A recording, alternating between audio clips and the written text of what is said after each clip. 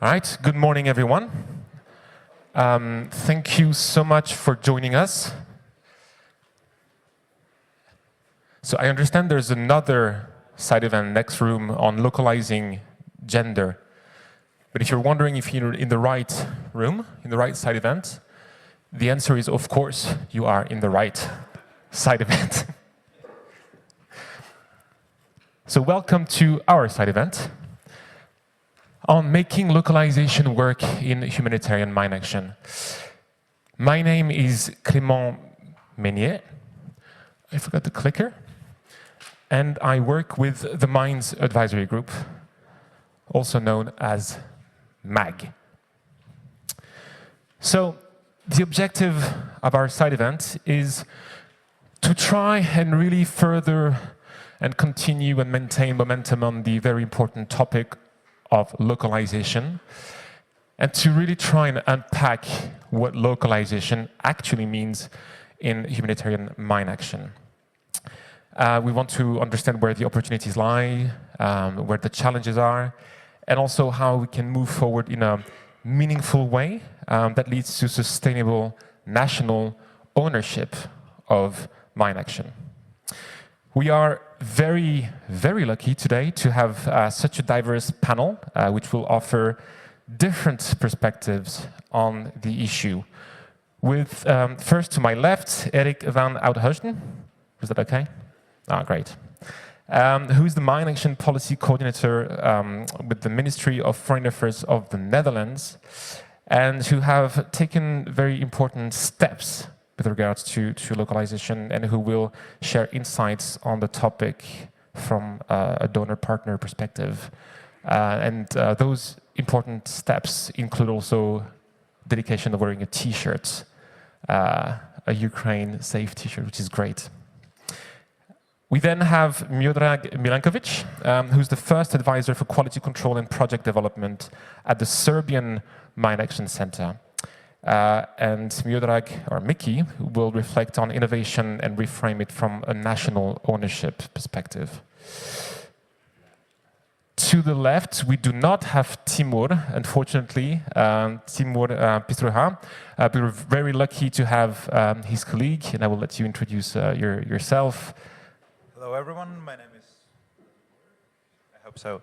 My name is Timur Prus, and I am representative for Ukraine Anti-Miner Association. It happens so that I will be today because Mr. Pistruha has a lot of side events, and I will be here for this one. Thank you for having me.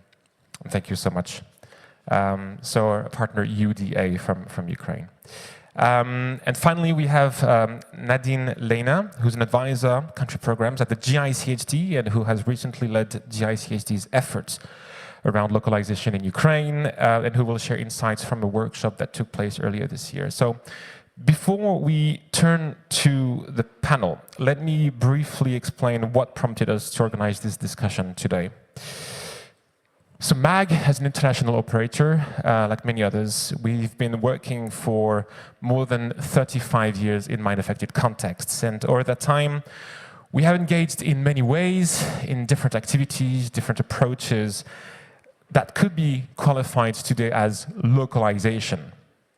And all of these efforts have included capacity development, capacity strengthening, working alongside national mine action centers, but also supporting mine action and non-mine action local actors, and strengthening or building their HMA capacities, and sometimes even MAG becoming a subcontractor to these local organizations. And our colleague from UDA will talk about this. And quite often the process of localization is reduced to those two things, capacities and partnerships. But a lot of other efforts exist. And these include, for example, working with other state operators that are often forgotten, like the EOD police, civil protection, the army, and other institutions contributing to efforts in many countries. But also developing mine action strategies or integrating meaningfully mine action into broader development frameworks in the country. And also, and very importantly, and too often forgotten, really not recognized enough, is efforts to really increase the role of affected communities in the governance of mine action. And in relation to that, its efforts to better understand the local context, the local dynamics, which directly influence how we engage with mine action with those affected communities. So in that journey, what we've seen is probably a fragmented, or if not an inconsistent approach to localization. And we've learned that localization is multi-layered, it is very context-specific, and it really requires different pathways. So there are very, very good reasons to think that mine action has specificities that need dedicated attention when we talk about localization. But at its core, localization is really about resources and agency. And one way of looking at it is through the lens of governance, which is always an interesting one. So power, who sets priorities, who decides, who allocates resources, ownership, who leads, who delivers, and who sustains the system in place. And finally, and very importantly, accountability. Who is answerable and to whom, including to affected communities.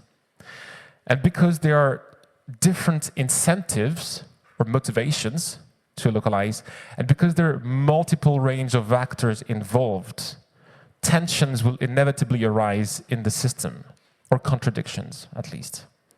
So the question is not simply how to localize more or what is local enough, but really where and when is it most helpful in that system to cede space, right, and to step back. And the main question is how can we move closer and closer to the spirit of the Grand Bargain, which is as local as possible and as international as necessary. Big question, and with that question, I will then turn to my first panelist, Eric. Eric, the floor is yours. Yes, good morning, everyone, and thank you for showing up at this early hour. I'm looking forward to the discussion today. I work at the Ministry of Foreign Affairs of the Netherlands on mine action worldwide with a special focus on Ukraine. I will be talking to you today about the things we're doing on localization. And we recently started to support a first time ever an Ukrainian NGO or a demining NGO directly from the Netherlands, and it's UDA in Ukraine. And one of the advantages of localization is you get a t-shirt. Timur asked me to wear this t-shirt today to symbolize also the increased partnership between international donors and local organizations. But let me start by saying why and how the Netherlands invest in localization. We have a 5-year policy grant framework at the total value of 78 million euros worldwide. And in this framework, we seek to increase localization and national ownership. We designed this program in 2024, and it took quite some back and forth until we got where we are now. Like many other donors, we felt localization is a goal worth pursuing, and we talked about it. We funded a study to see what is possible with some best practices. We talked even more about it, and we believe localization is important because it's more sustainable. It increases national ownership. Local organizations potentially navigate more effectively through local bureaucracy and know better what's happening in communities. You never know how long international NGOs will be able to be active in a country. And when they leave, it is still good to have some people around with the relevant knowledge and skills to continue the work. And some argue that working with local operators is cheaper. Well, perhaps, but that's, you may save a bit on overhead or on expensive expert salaries, but local deminers should be paid equally, or they will jump to the first INGO at the first chance they get. So cost effectiveness is not why we are in the business of localization. So first, when we consider to open our tender to national operators as well, but that proved a bridge too far. And we were thinking to start small and only invite countries from one specific country to apply directly. But in the end, that was also too complicated. Even though some of the countries we believe and we found were very capable, they have enough strong local NGOs. At our main bottlenecks, at their own site, actually, at the Ministry of Foreign Affairs. We have no capacity to process so many applications. Even proposals that are not competitive require a lot of time to process before you can reject them. We are also working with relatively large amounts of money, with the average project of, say, 6 million euros. And not many local NGOs have the absorption capacity for these kind of projects. Handing out smaller grants would mean a lot more project management on our side, and we simply don't have that capacity. And with our NGOs, we have built a rigorous and anti-corruption mechanism. We felt working with local organizations we didn't know before would expose us to the risks of misuse of funding. So then we focused on what was possible. And with this grant policy framework, we encourage NGOs to include cooperation with a local partner, preferably for the full 5-year period. 5% of the total budget that we give to the international NGO may be used for capacity strengthening of the local partner, on top of financial support for actual activities executed by the local partner.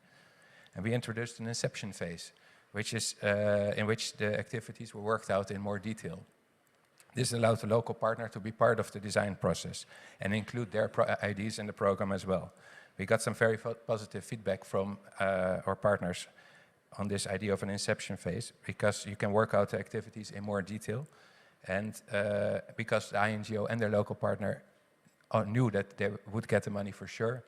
They knew also that sitting together and planning out all the activities is not a theoretical exercise, but something that they're actually going to work with in the coming years. And this led to some promising collaborations, where international NGOs are engaging with local NGOs, not only on the risk education and victim assistance, but in some countries also for building clearance capacity. And meanwhile, the local NGO received training in topics like enhanced donor management skills and performance monitoring, quality assurance and data management, preparing them for the possibility of future direct support. At the same time, this is also a good opportunity for NGOs to prove that they are serious when they talk about localization. Secondly, we introduced a new pillar in our Mine Action program to strengthen the capacity of the National Mine Action Authority in all the countries where we also work on mine action. We reserve €2 million per country, to an amount that we hope can really make a difference. For us, this is another way to support localization. The idea is that a well-functioning National Mine Action Authority makes clearance work easier, not only for our own projects, but also from the projects of other donors. And lastly, we are working for the first time to directly support a national NGO. UDA in Ukraine is a first tryout for the Netherlands.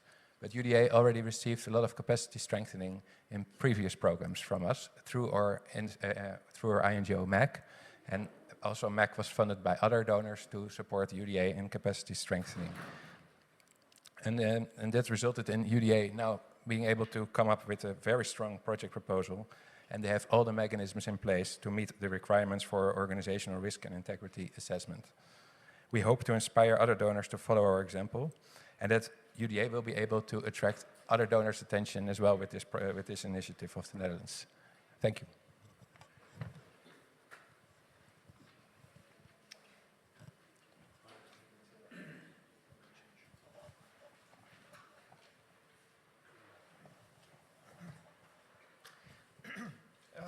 So thank you, Eric.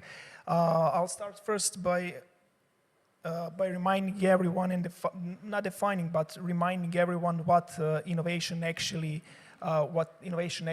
is. So when we talk about innovation, the first thing that comes to our mind is some new fancy technology like artificial intelligence, new advanced systems, drones, etc. But actually, for us, innovation means something different. It begins with understanding the problem realistically and in some specific context. Because no matter how advanced some tool or some technology is if it does not fit the problem on the ground, on the field, it will not solve the problem. So for that reason, we are trying to set the process in that way that innovations are not technology-driven, but rather problem-driven. So it's about looking at our operational challenges, understanding what we have in terms of assets, tools, and methodologies, and using those tools and methodologies in a different and more efficient and smarter way, if I can say. So yeah, sometimes that means new tools or new technology, but often it simply means doing things better and more efficiently. So the key message here is that innovation is not something we import, it's something we want to define and lead ourselves.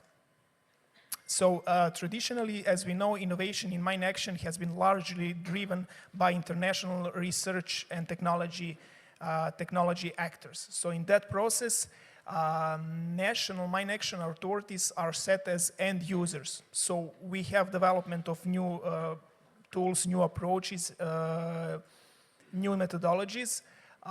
But in that process, national mine action authorities are considered as a second level, let's say, users, where technology has been imported and introduced to national programs just for the sake of accreditation in some cases.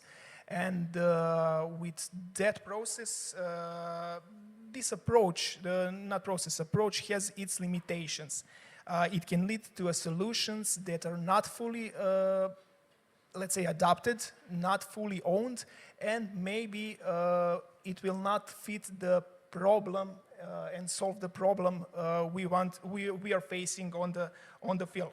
So what we are proposing and what we are advocating is actually a shift in a perspective. So national mine action authorities should not just receive information and be that end users of innovations, but rather they should lead it and push it, because they are the ones who best understand the context and the constraints and the priorities better than anyone else. So when innovation is nationally led, it becomes more relevant, more effective, and more sustainable at the end. What can I say about this slide? Also, these three bullet points you see on the right side is a very key message that should lead us, it should prevent further repetition of past failures of innovation. So to support this shift, as I mentioned, what we are finding most suitable is the 4C local innovation framework, where we have context, capacity, collaboration, and continuity. So regarding context, we are all aware that innovation must start with clearly defining the problem and setting a national agenda. Second, we have capacity. So we need also to look beyond our sector and map what already exists locally within universities, within private sector, within civil society, and even within other industries. Of course, we cannot forget also collaboration. We know that innovation does not happen in isolation, so it requires structured partnership to develop and adopt solutions together. And in the end, we have continuity. We are also aware that today, too often, good ideas remain only pilots. So we need to institutionalize what works, we need to scale it, and we need to ensure sustainability. And this framework you see on this slide is not just a theoretical. It's meant to guide practical action. So that's why I will use this slide to present you some, let's say, good example and good practice, what we are doing, what we are trying to do in Serbia. Actually, last year we partnered with one academia, one university from Serbia, and 2 high schools, where we tried to do something about innovation a bit differently. Because they are actors, these actors I mentioned are not within Mine Action, we did not try to define some specific problem. Rather, we explained them what Mine Action is, what we are trying to do, and what are some most common problems and challenges we faced on the field. And as a result, they developed 2 magnetometers, one vehicle with robotic hand and one AI model. And we are speaking about the kids who are 15, 16, 17 years old. So the results were amazing. And actually, when we later analyzed this project, we realized that these magnetometers and robotic vehicle and AI model were not innovation, but actually a real innovation was this process of including high school students and academia into the process of innovating something new and thinking differently. And we had let's say, different challenges and different problems within each of these quadrants you see, from deciding which high schools to include, how to include them, to finding a donor who will support this project, let's say. But this was, let's say, individual project. If we want innovation to be sustainable, they must not depend on a individual project or a short-term initiatives. Innovation requires a system, an ecosystem. So this means having processes, partnerships, platforms that support continuous innovation. So there is where global collaboration still play a critical role. So platforms like GICHD Innovation Hub or Innovation Technical Group provide space to exchange experiences, test ideas, and learn from each other. But the key is, and the answer is always in balance. So yeah, global platforms should support and connect, but national mine action authorities and national actors should actually lead and define priorities and innovations. So I'll also use this slide to introduce you to our next steps and plans, and to send an open invitation to all of you. We are within the Innovation Technical Group, in coordination with Mine Action Center of the Republic of Serbia. We are organizing a 2-day event, or a workshop, if I can say, in July in Serbia, in Belgrade, where we will try to work on specific problems and problem statements, which will participants develop based on their context, their needs, etc., and which will help us to find and to search for the solutions more easily. On this slide, you can see a template of a problem statement we developed within the. We are trying to develop, and we are still working on it within the Innovation and Technical Group. And based on it, participants will develop their own problem statements, where they will describe, as I said, problems specifically for their field, for their expertise, etc., that will help us find the solutions. So about the registration and some technical details about the meeting in Serbia, we can speak later. Thank you.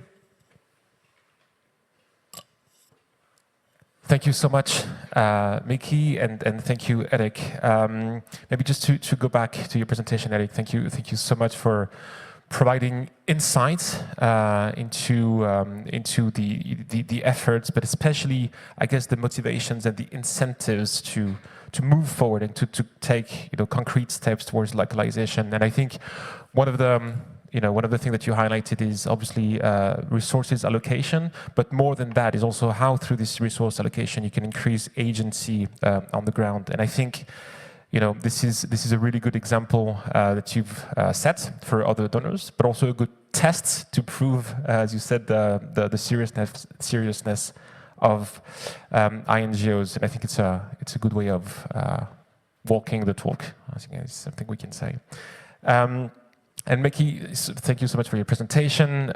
It was interesting to have Miki on the panel, especially again to really show how localization has different pathways, including different ways of going about things, including doing innovation. And I think Miki really provided really interesting insights into starting from the problem identified in that specific context and using the local network or the system or the ecosystem to actually grow something out of this context. So thank you so much.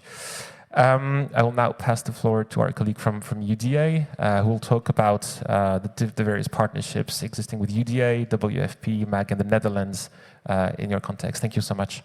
Thank you.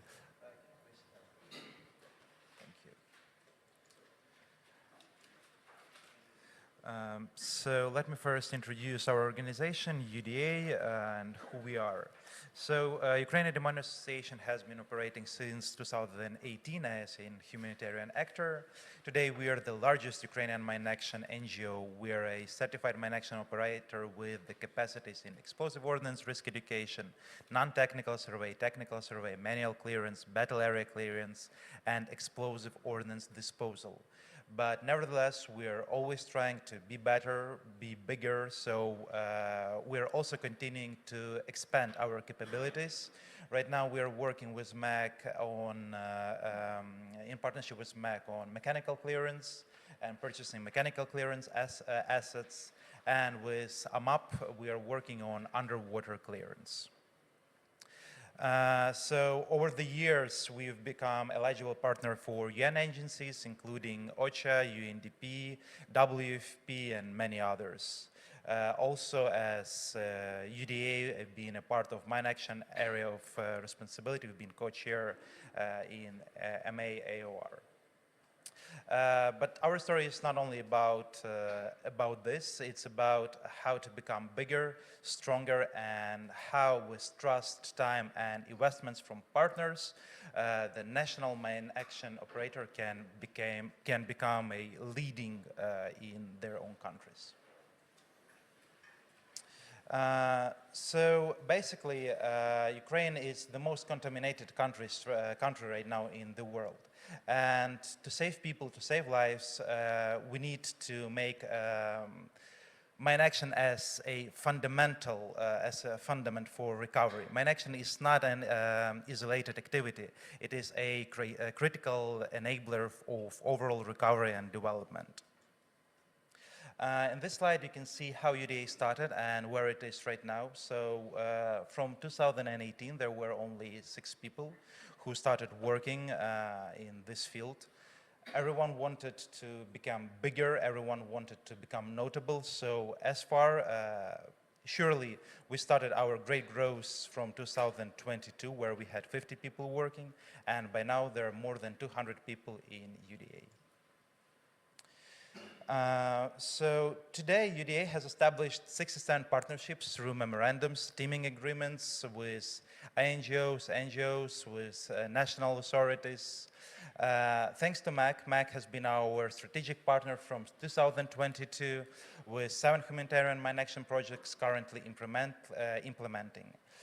Also, I want to say that this is how cooperation works when MAC helped us and now we're partners. And in the new project regarding WFP project, MAC is subcontractor for UDA. So basically, on this slide, you can see the first steps from memorandum of agreement up to the action plan, how it works. It's a bit of our story. For each organization, it should be different. You should all develop your own ways, but this is how it worked for UDA. Some of our key projects, as was said before, we have a direct project with the Kingdom of Netherlands for almost 4 million euros per annum.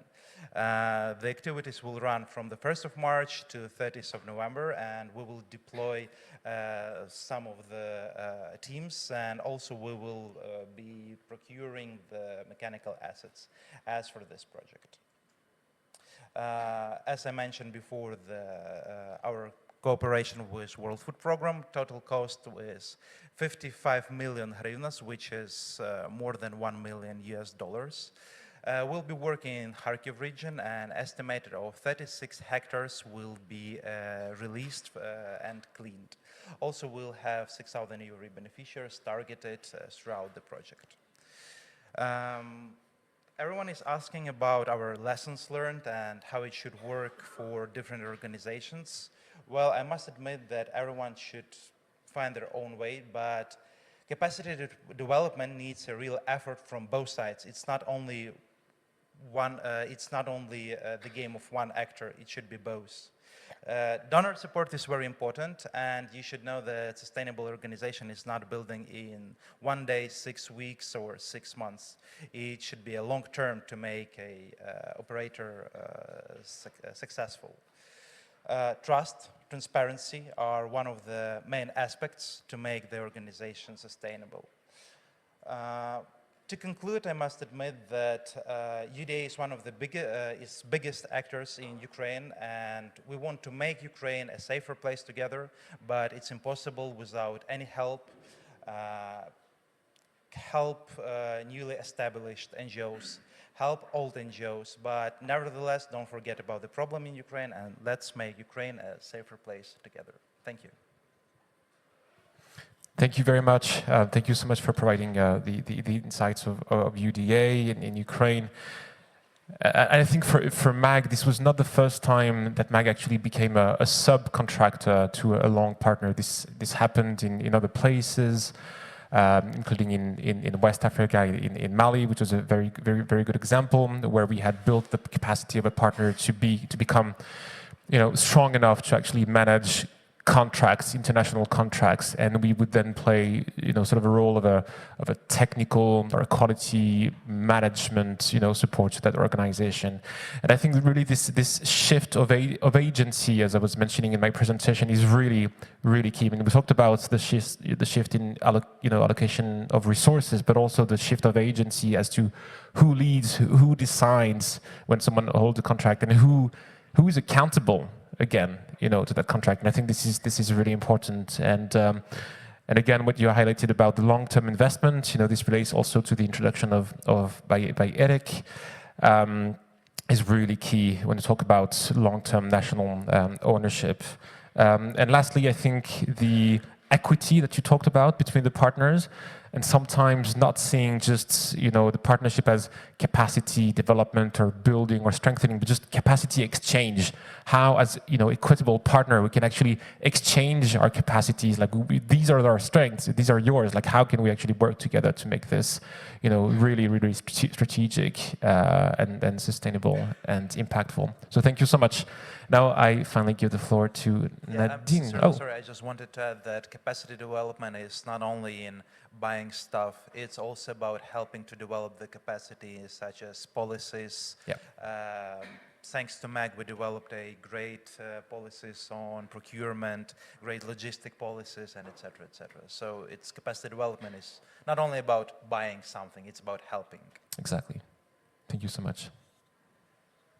Nadine, over to you. Yeah, thank you. A very good morning to everyone. It's really nice to see so many people interested in localization at such an early hour of the day. On behalf of the GICHD, I will be briefing you on a localization project that we have been implementing in Ukraine for about half a year now. And it's a bit of a novel project for the GICHD. As you know, traditionally, primarily we support national authorities directly. However, because of the growing demining ecosystem in Ukraine, we've launched this project specifically to really look at how we can support the nascent sector of, by now I believe it's over 130 certified operators, including both NGOs as well as commercial entities. So with this project, we really have two objectives. On the one hand, we want to identify how Ukrainian national operators can be more successful, effective in competing with internationals for donor funding, be it institutional donors, be it private donors, be it Ukrainian government funding. And then on the other hand, as the center, as the GICHD, we wanted to identify ways in which we can provide best tailored training to these organizations. So we've just completed phase 1 of the project, which was a capacity gap assessment to really identify what are currently the obstacles that are preventing these young organizations from accessing donor funding and from scaling up their operations. For the capacity gap assessment, it was really important to us to identify those operators who are in it for the long run, really. That includes UDA, as we've just heard. Those operators that are really interested in scaling up their activities. So the ones that we considered eligible for participation were essentially those that at the start time of the project had at least, were certified for at least one mine action activity, but we gave priority to those who were actively engaged in land release activities, and to prove that are actively submitting activity reports to the National Mine Action Center. And then I will speak a bit about the capacity gap assessment, but then also earlier in the year, we presented the findings at a localization workshop in Ukraine. And I will speak a bit about sort of overall discussion points about how the sector comes to view localization in Ukraine. But so specifically on the capacity gap assessment, the way we approached this was really to think if these young nascent organizations were to pass a due diligence assessment by an international donor today, what are the internal obstacles that might prevent them from passing it and then accessing funding? So we identified 12 domains of organizational maturity to assess different aspects really relating more to the organizational sort of internal workings rather than the technical operational capacity, because all of these organizations had already undergone certification. So we didn't want to duplicate essentially efforts that were done by other institutions. You can see here at the end, we ended up with 19 operators who lent us their time, spent quite a lot of hours sending documents and answering interview questions. And I hope you can read this. So in short, or I shall say in the overview here, you can see that across the 12 different domains, which really include everything from operational capacity to financial procedures, regulatory compliance, to HR and donor and partnership management capacity. So you can see that there is scope for improvement really across all of these domains. Which is not surprising, especially since a lot of these organizations are quite small. UDA, who participated in the project, is participating, is actually the outlier in the sense that, as you said, you have over 200 staff. Many of the other organizations have, well below 50 staff, I would say. So they might simply not have had time to tackle all of these different internal domains at once. And so a few of the key findings that we found was that really at the strategic level, a lot of these organizations would benefit to have a clearly articulated vision and a mission and a multi-year strategy to demonstrate to donors, as I said, that they're in it for the long run. Ideally, these internal strategies should be aligned with the Ukrainian National Mine Action Strategy. Across the board, I think we also identified the need for stronger financial management and admin systems, which includes the ability to prepare financial statements that are compliant with international financial reporting standards. And then also you just alluded to it, really develop admin systems from having a separate procurement function to a logistics function to an HR function. And to formalize risk management frameworks and establish, as you said, sort of a comprehensive policy framework, the things that donors are really interested in, safeguarding mechanisms. What was really interesting to us, also not so surprising, but a really good starting point actually for further support, was that we found that very few of these participating organizations have sufficient experience dealing with international donors. They might not even know sort of where the entry points are to get in contact with potential donors, to find out about which tenders are available. And then as part of the project also we identified training needs both on the operational side but also on the organizational capacity building side, and that includes really organizations told us they're really interested in emerging technologies, but then also more the standard technical operational trainings such as land release, mine action management. And then on the organizational side, I think what really stood out was the need for grants management, donor and partnership engagement trainings. quality management across the board, not only operational and risk management. So for us, as the GICHD, we really saw this capacity gap assessment and the way we presented the findings at the localization workshop in Ukraine as a starting point for the sector to come together and identify who has which capacity to support these organizations. As the GICHD, we now in phase 2 are providing targeted training for these organizations, which again for us includes something like a grants management training, not something that the center usually does, but because we have identified the need, we thought that's something that we could support with. And now, just in terms of sort of the conversations that we had at the localization workshop in Ukraine, but then also more recently actually at the Ukraine partner coordination workshop, which happened just at the beginning of this week, actually here in Geneva. In the context of Ukraine, I think it became very evident that the understanding of what localization means really varies across stakeholders, including the Ukrainian government, including donors, and including, well, some of the operators on the ground. I think the issues that everyone agrees on is that localization is not an end in itself, but a means, a prerequisite for building sustainable national capacity. I think it's also become very evident that that means involving those national operators at the strategic level, for example, by developing a national mine action strategy.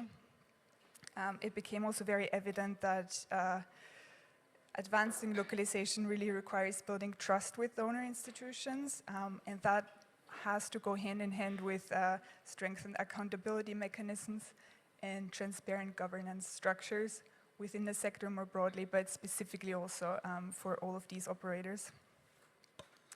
And then I think the point of divergence, perhaps, in Ukraine specifically is because there's such a diverse ecosystem of mine action operators and institutions involved, be it the state arms like CESO and SSDS, be it military units, be it NGOs, both local and international, and a growing number of commercial operators as well.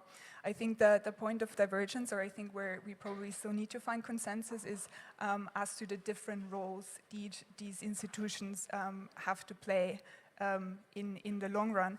And when I say the long run, I think that's really the key point when we talk about localization, is to think about who of these actors will be there in the long run. Realistically, Ukraine has very strong institutions, even pre-2022. Realistically, the organizations and the entities that will be there in the long run are, CESO and SSDS, those that were already there pre-2014, really. As well as identifying organizations such as UDA, who have scaled up incredibly over the last few years and are committed to, staying in the business for years to come as well. I'll end here. Thank you. Thank you so much, Nadine. It was really, really interesting, and for presenting really the different aspects or facets of what is sometimes preventing local actors to access funding. And I think also back to what you were talking about being comprehensive enough when we approach localization and looking at all of these different thresholds, if I may say, to allow those organizations to scale up. And back to your point, Eric, of the capacity of absorption, sometimes that is seen as a challenge for international funding. And well, one also takeaway, I think, from your presentation is that, and it's something that we've seen in Ukraine, in other places, is that I think we've shown that localization work very well in many contexts, but mostly at the operational level, at the delivery level. I think what we're missing is that is really working on the strategic level, and this is where I think there still needs to be, as you were saying, definition. What do we mean by localization as a sector? What are the different pathways in each context that exist to promote localization. So I think maybe just to go into questions, just to try and wrap up a little. I think, again, localization is not only about capacity and partnership. It's very much about governance, long-term investment, and how different actors interact between one another. And some of the core challenges that we've discussed is around, sometimes the donor requirements, but the capacities of absorption, including, or the technical skills lacking in some contexts. A key thing that I think struck me is the motivations and the incentives for doing localization. I think this is something we don't think about enough. And the question of ownership and accountability. So again, the question is not, are we localizing enough, but are we focusing on the right parts of a broader system? I don't know if you can put, who has the clicker, the initial triangle that was in my introduction. I'm not pretending that I've captured the entire system of localization, not at all, but I think just a way of showing the different actors involved, the different incentives and motivations, and the different aspects to take into consideration. So are we focusing on the right part of the system? Are we choosing the right entry points, so to say, to localization, and the right pace and the right timing? And also, as you were just saying, Nadine, are the actors in the right roles? The share of roles and responsibilities, I think, is really, really critical. And perhaps, and most importantly, is what we're doing actually contributing to sustainable ownership and really for the system to function independently over time. So localization is not something to maximize, but it's more something to optimize. So with that, I'd like to open the floor to questions and discussions. Oh, I see your hands. Please. Hi, my name is Ariane Elmas. I'm from a Lebanese NGO, and thank you for all the presentation. It's very interesting to see how, although we are different countries, different size, different situation, we have the same kind of challenges and the same cooperation with the international organizations. It was very beneficial to see that we share the same issues. So in Lebanon, we are a national organization. And I wanted to highlight not just the localization aspect, but also the emergency aspect. Through the current war, our major partner is HAMAP and DRC, and they help us also rearrange the program to suit the situation, whether it is our employees being completely evacuated and becoming themselves IDPs, whether it is changing from EURE to CPP, to changing the type of contamination, for example, the phosphoric bombs, or the awareness on rubble as traditional, or even something we call deconfliction, is like communication with the two parties to but it is very interesting that we share the same issues, the same challenges, and I really like the point of sharing experience, because a good localization is where we maximize each other's advantages and work towards a same goal, like you said, and the issue of also accountability and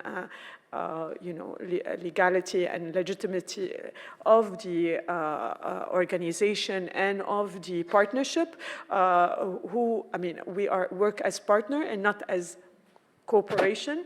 So this is very important to work as partner, but ultimately the legal issue and the responsibility falls on the national organization. This is an issue to consider, because it's a liability on the national organization.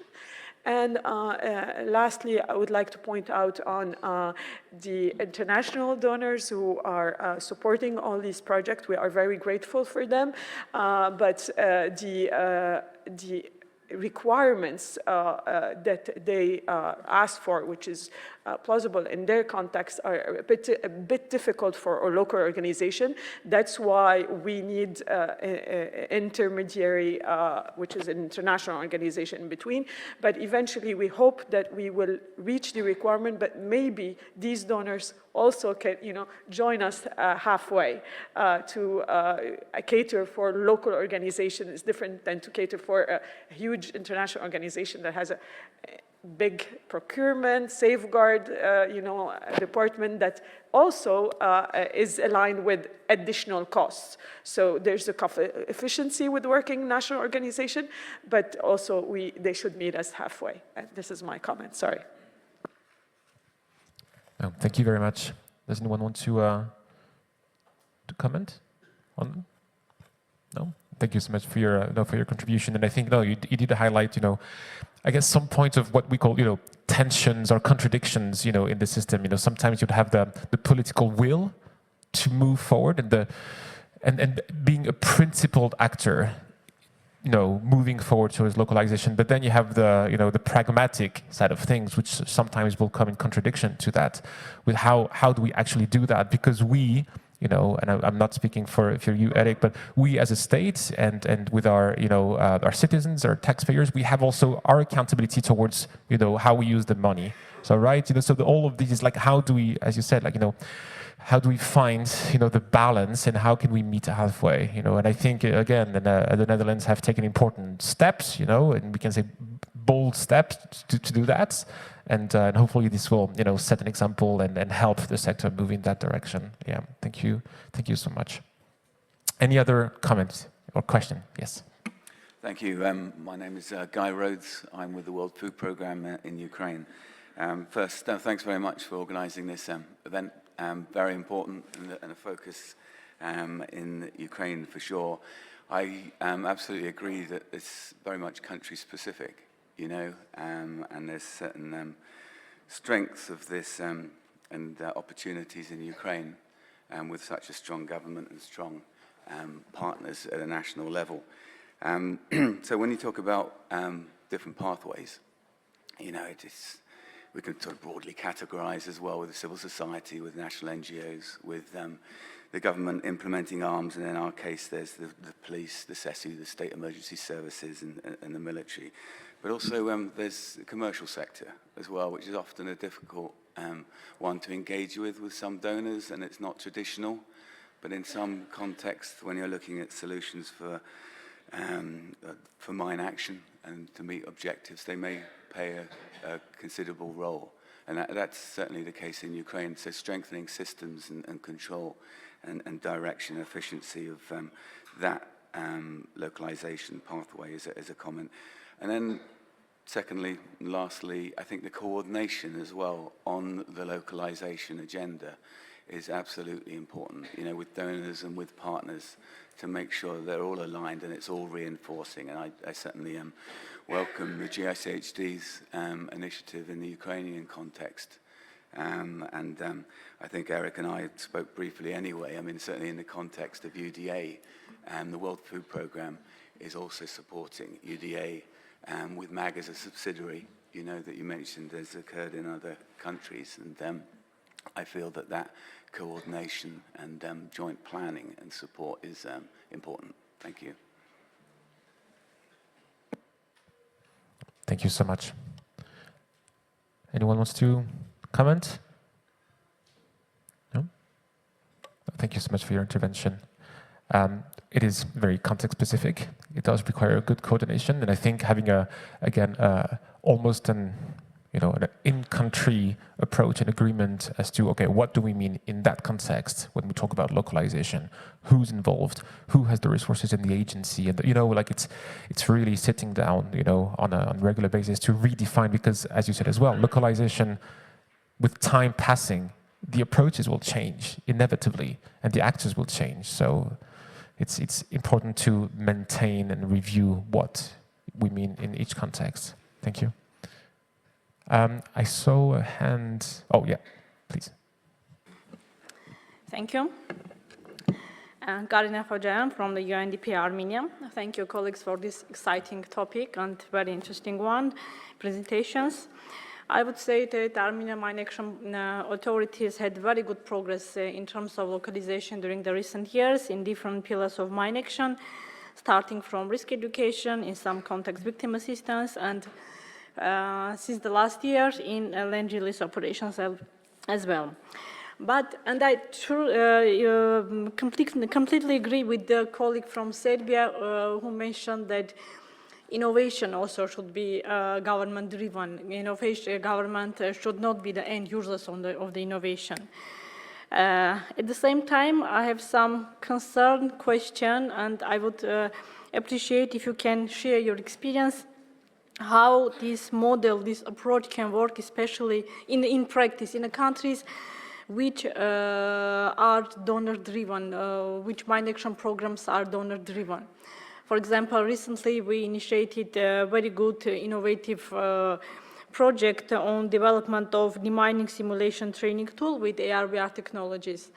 But really it would be good if such kind of innovations or better innovation tools should be government-driven. How this can be applied in countries which are heavily donor-driven. Please.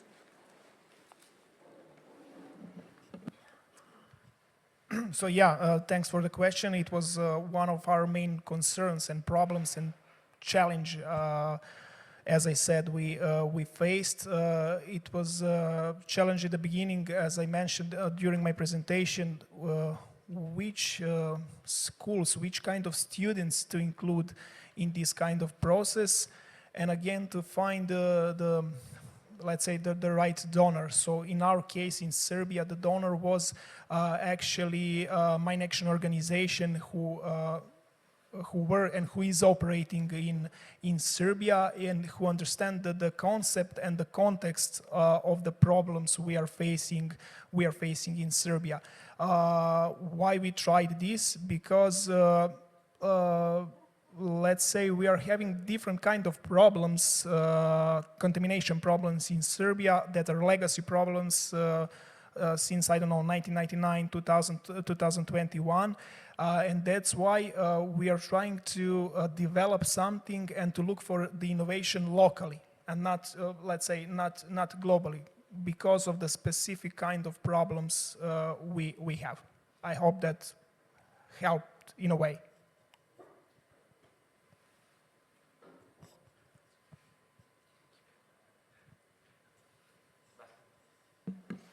Yeah, Sebastian Kazak, MAG, Mines Advisory Group.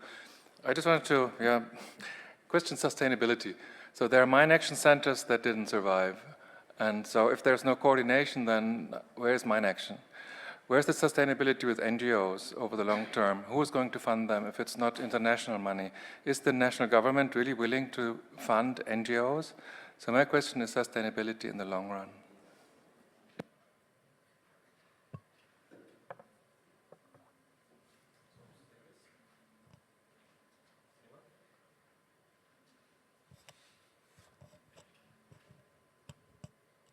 Thanks for your question, Sebastian, which I don't have the answer. I guess, I mean, very, very briefly, I suppose I see a contradiction here globally, which is obviously the localization. I don't think it's a contradiction, but it's just a thought that came to my head. Is the spirit of the Grand Bargain, as local as possible, as international as necessary. But then we have the APMBC, the Anti-Personnel Mine Ban Convention, and the spirit of this convention is, when possible, when feasible, states should support. I can't remember exactly the terms of the convention. Apologies, but so it's not really a contradiction. But those two are complementary. As long as a problem exists in a country, there is responsibility of other states to contribute to that issue. But at the same time, it doesn't say that the state shouldn't own the problem and really take ownership of that. So it's finding the balance. And I think this is where, as a sector, mobilizing political will, on both ends, both in country, to make sure that even the ministries that don't hold mine action but are there concerned about contamination, talking about agriculture, the Ministry of Forestry, or the Ministry of Tourism, development, they can also be champions in mobilizing political will in country to allocate resources to mine action, and at the same time, at the international level, following the spirit of the treaty, making sure that those states that have the capacity to support also, step in and help. Yeah. If I can add to that, it's a very relevant question, and I just wanted to flag that as donors, we're also talking about other alternative ways of funding for mine action. So not just a traditional donor-partner relationship, but we're now thinking about voluntary trust fund, for example, which could play a role in funding local NGOs directly. There's innovative finance that we're working on, and this could also open up a whole new stream of funding, and that could really change the way we work. And I really feel there's a possibility there for national operators as well. Thank you. It's a really good point. Yes, we have a question. I'm just conscious of time. We have about 1 minute remaining, but thank you so much, please. This is Hussein Jeddah from UNMA Somalia. It's not a question, just a comment. In the context of Somalia, where improvised explosive devices are the main threat, as well as mines and ERW, and for years we tried to follow the localization, where we partner national NGO to international NGOs. In terms of skill transfer and learning from one another, it was quite successful. But one thing that have shown to be challenging is the sustainability, because mine action projects are mostly limited time. After a year or 1.5 years, the funding dries up, and the NGO is not, again, capable of raising, the local NGO is not capable of raising funding. So that has been one of the key challenges. And one of the lessons is that NGOs that have integrated activities with other humanitarian sectors could continue working beyond the mine action projects with the capacity and the skills and all that. And later time, they can also return to the mine action and implement mine action projects. So that was one of the lessons learned. And lastly, I also want to thank for the Netherlands to the support to the Somali mine action. That's the Somali Explosive Management Authority, as well as the humanitarian mine action in a very critical time. So thank you, and back to you. Thank you so much. So on that note, I want to thank you all for coming, and just to highlight also an initiative that MAG and the GICHD are starting. We talked about having more guidance, better understanding of what localization in the mine action sector. So just to notice that MAG and the GICHD are joining hands and hoping to conduct a study with practical recommendations, and we talked about pathways towards localization. So we want to include the whole sector in this initiative, and obviously we're very looking forward to talk to you about it. So please don't hesitate and come and discuss this with us. So thank you so much to all of our panelists. Thank you so much to you guys for coming this morning, and I wish you an excellent rest of the day. Thank you. Bye.